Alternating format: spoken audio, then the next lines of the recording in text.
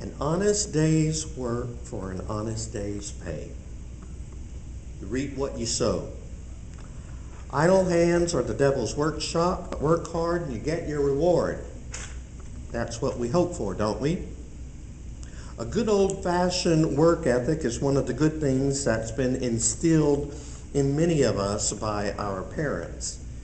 And we've been taught that the harder we work, the better our reward. It's only fair, isn't it? And we expect God to operate on the same rules that we have grown up with. We expect God to affirm our efforts and reward us accordingly. And then we read this morning's parable, a story told by Jesus which just doesn't seem fair. And we come to discover something very important. God is gracious, God is generous, God is merciful, but God isn't fair. The parable is worth a retelling of it, for which I am indebted to Robert Capon's Parables of Judgment. A vineyard owner went out to hire workers for his vineyard. Let's call him Robert, shall we? As in Robert Mondavi, maker of fine wines.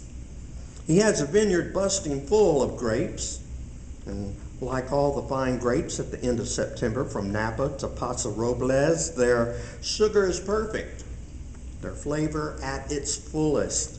The little yeast sticking to their skins are ready for action. The wine master says it's picking time. There's no time to waste.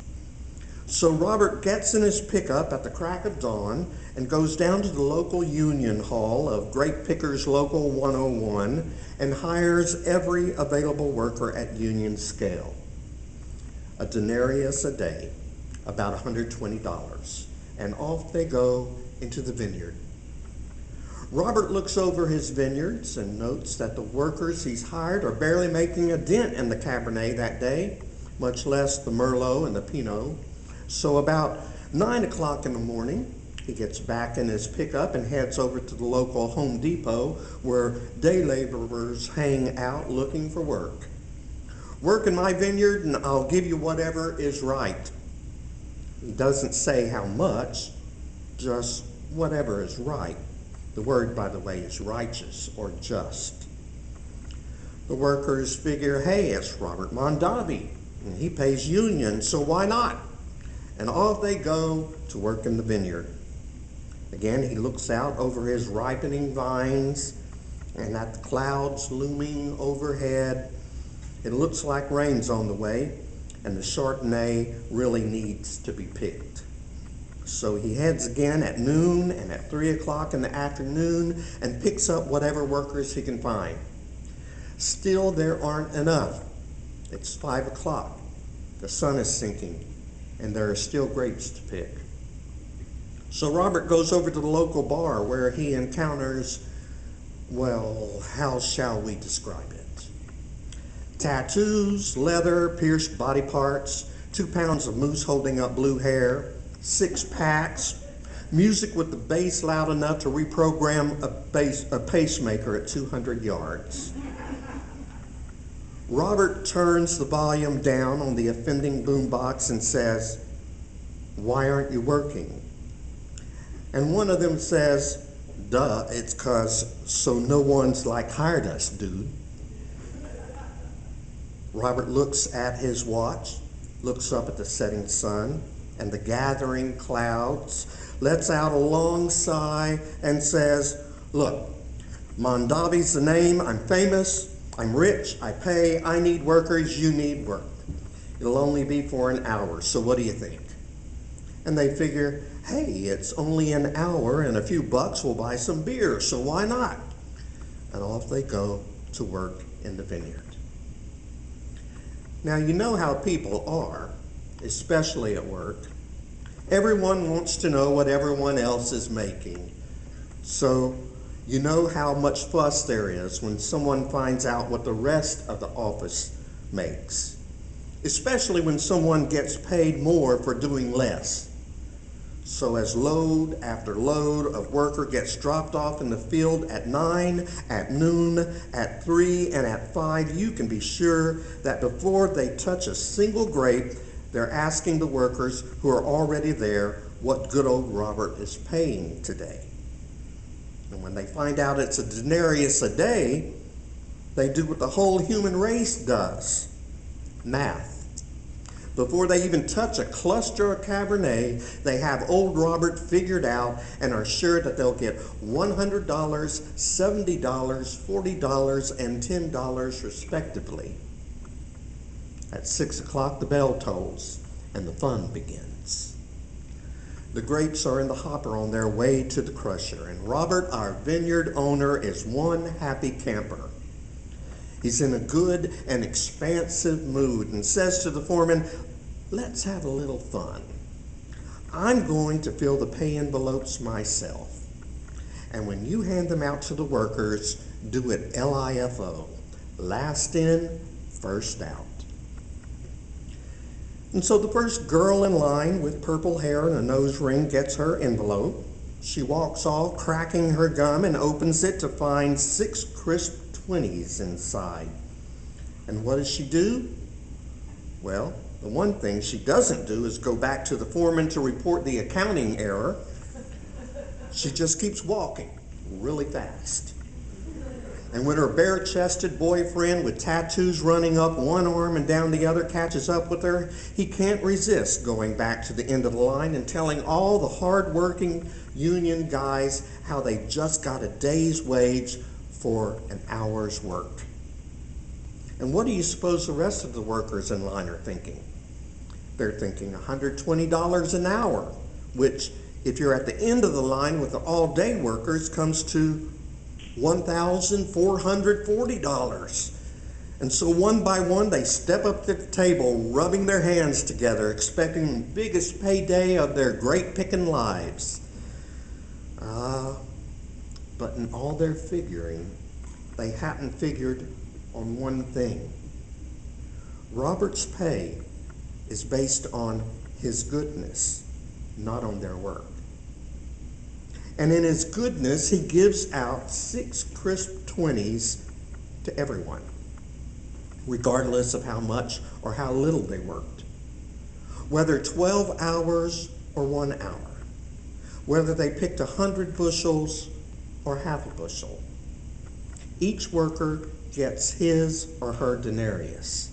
And as the line of workers gets shorter, the faces get longer.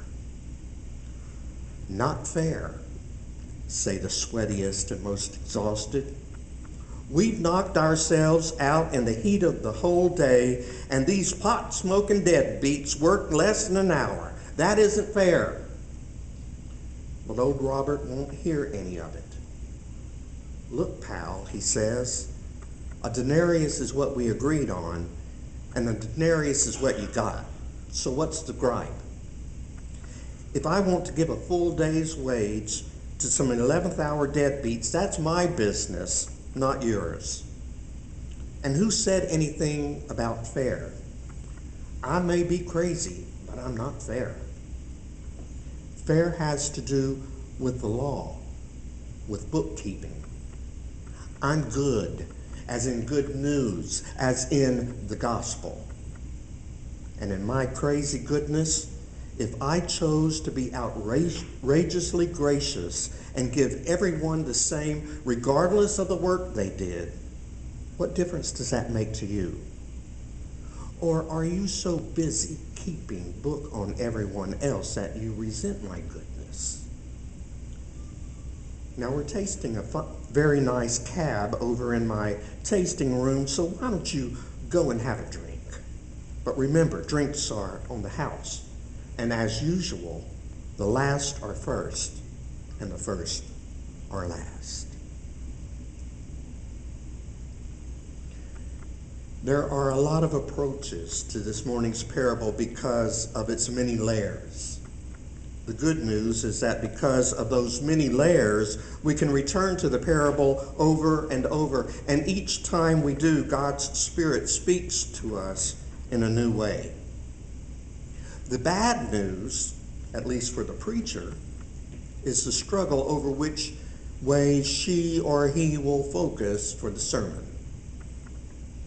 As I read this morning's text, one that's familiar to me, I was struck by a phrase that I don't think I had paid much attention to in the many times I've heard the parable. And that phrase was the words of the workers who had put in a full day's work. You have made them equal to us. Their complaint was not that the landowner's high expectations resulted in hours that were too long. It wasn't even that they hadn't received enough money. The complaint was the landowner's generosity had put them all on equal footing. And that just wasn't fair. Because heaven knows they should have been rewarded according to the amount of work they had performed. And if we're truthful, we feel the same way. We work under the assumption that if we study hard and get good grades in school or college, then we should be rewarded with a good job. That only seems fair. We have been taught to believe that if we give to the church, attend worship each Sunday, and live a good life, God will reward us by keeping us safe from illness and tragedy. And then we discover that life isn't fair, and neither is God. But God is generous. God's love is full to overflowing. It extends not only to the workers who sweat and toil through a 12-hour day, but also to the latecomers who only put in an hour's labor. In another parable, it extends not only to the son who stayed by the father's side doing his best to live up to the father's expectations, but also to the prodigal son who took his portion of his inheritance and squandered it away in riotous living. God's love extends not only to those of us who show up faithfully at church, but also to those who have gotten mad and left the church. And we complain that it's not fair. We want special treatment. We want a pat on the back, or at the very least, we expect some acknowledgement. But in God's realm, we each receive the same denarius of God's love. So whether first or last, whether called at the first, the third, sixth, ninth, or even the 11th hour, whether we have worked hard or little or barely at all, there is a denarius of God's love awaiting us.